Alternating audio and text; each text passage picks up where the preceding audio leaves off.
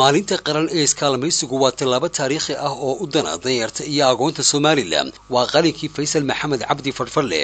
madaxweynaha jamhuuriyadda Soomaaliland mudane Cabdiraxmaan Maxamed Cabdilaahi Cabdiraxmaan Ciro ayaa si rasmi ah u daafuray maalinta qaran ee iskaalmaysiga shacabka taasi oo noqon doonta mid sanad walba la xuso 10ka bisha May maalintani ayaa mid lagu xoojinayo iscaawinta bulshada laguna dhiirigelinayo kalamo wadaagta dadka danyarta ah iyo agoonta waxaana ay noqonaysaa tallaabo horumarineed oo aan hore loo arag Soomaaliland madaxweynaha oo ka hadlayay munaasabadaasi ayaa ku dheeraaday muhiimadda ay maalintani u leedahay bulshada isagoo oo sheegay in maalintani ujeedadeedu ay tahay in la xoojiyo qiimaha iskaalmaysiga isu naxariisashada iyo wacyigelinta bulshada ee ku saabsan mas'uuliyad in la iska saaro dadka tabaaraysan waxaana uu cadeeyay in sanduuqa sakada iyo kaalmada tooska ah ee saboolku ay noqon doonaan tii dhaxaadka maalintan qaran istaadiradeed waxay astaan u tahay buu madaxweynuhu sida qaranku uu ugu midaysan yahay caawinta dadka nugul waana dhabaha loo maro dhisidda bulsho isku filan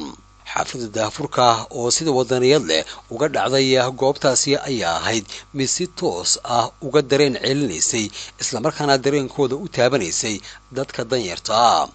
madaxweynaha Soomaaliland ayaa si xeel dheer waxa uu xusay sababta xaruntani loogu doortay munaasabadda isagoo yiri waxayna xasuusinaysaa xilkay naga saaran daryeelka agoonta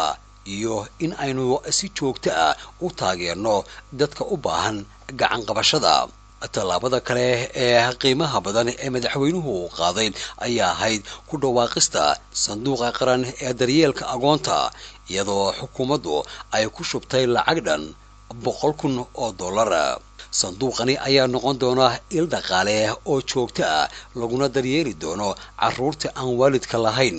madaxweynuhu waxa sidoo kale uu ballan qaaday damaanad qaad buuxa oo la xiriira waxbarashada caafimaadka nolosha iyo shaqada ubadka lagu xanaaneeyo xarumaha agoonta dalka taasi oo ah ballan qaad dhaxalgala daafurka maalinta qaran ee iskaalmaysiga iyo aasaaska sanduuqa agoontu waa mid muujinaya damiirka togan ee hoggaanka dalka